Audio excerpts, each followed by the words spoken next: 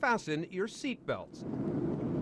These YouTube videos captured in midair show just how jarring, how terrifying turbulence can be. And this doesn't just happen in stormy weather.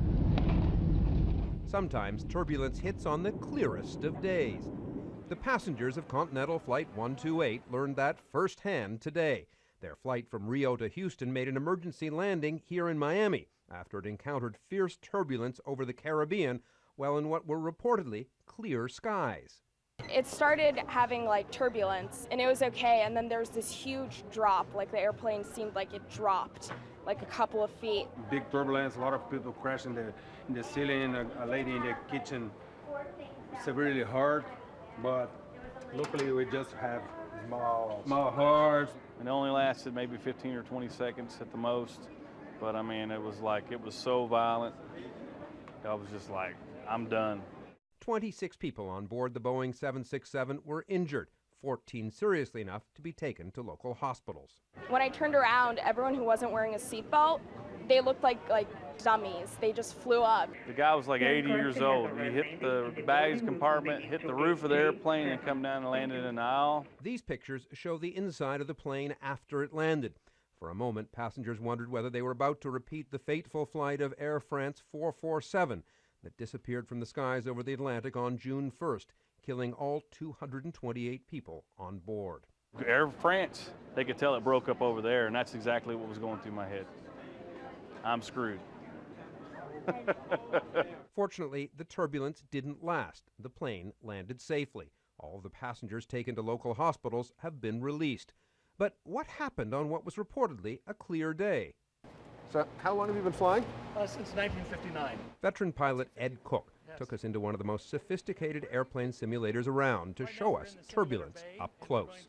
So it really feels like an airplane in here? Yes, once you get in here and we shut the door, you're going to feel like you're in an airplane. Okay, so here's what we do. We're going to strap ourselves to the airplane, and the pilots use a 5-point harness. So that's 2, and then the middle one down here would be 3.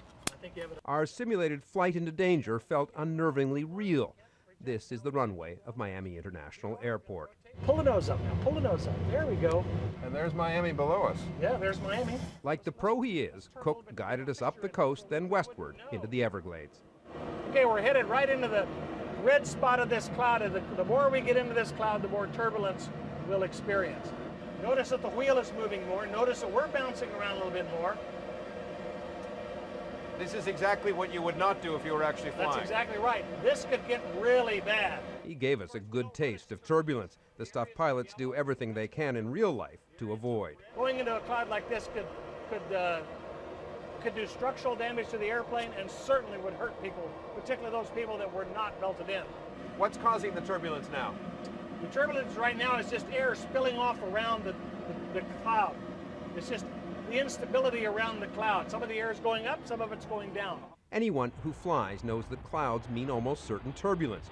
But as the passengers aboard Continental 128 discovered, even clear skies can be perilous. They call it clear air turbulence. Now, in this situation here, we're looking around and we don't see anything out there, no clouds. And the radar looks clear. And the radar is clear, nothing. So we would feel comfortable in turning off the seatbelt sign. We function in an invisible fluid. The air. The air, right. And for the most part, unless there's moisture involved, we can't see it.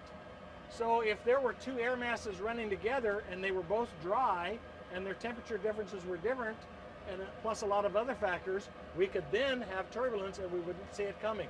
That's why it's so important for passengers to, when they're seated, to have their seatbelt on. Clear skies, but not clear sailing. So what causes clear air turbulence? It's 2 air masses coming together and they're stumbling over each other. It's like this air mass is coming this way, this air mass is coming this way, and they collide. A little worse for wear, we head back. And there's Miami City right there. Right, there's the skyline of Miami. Right. 50, 40, 30, 20, 10.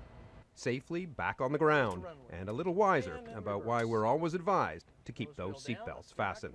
I'm Jeffrey Kaufman for Nightline at Miami International Airport.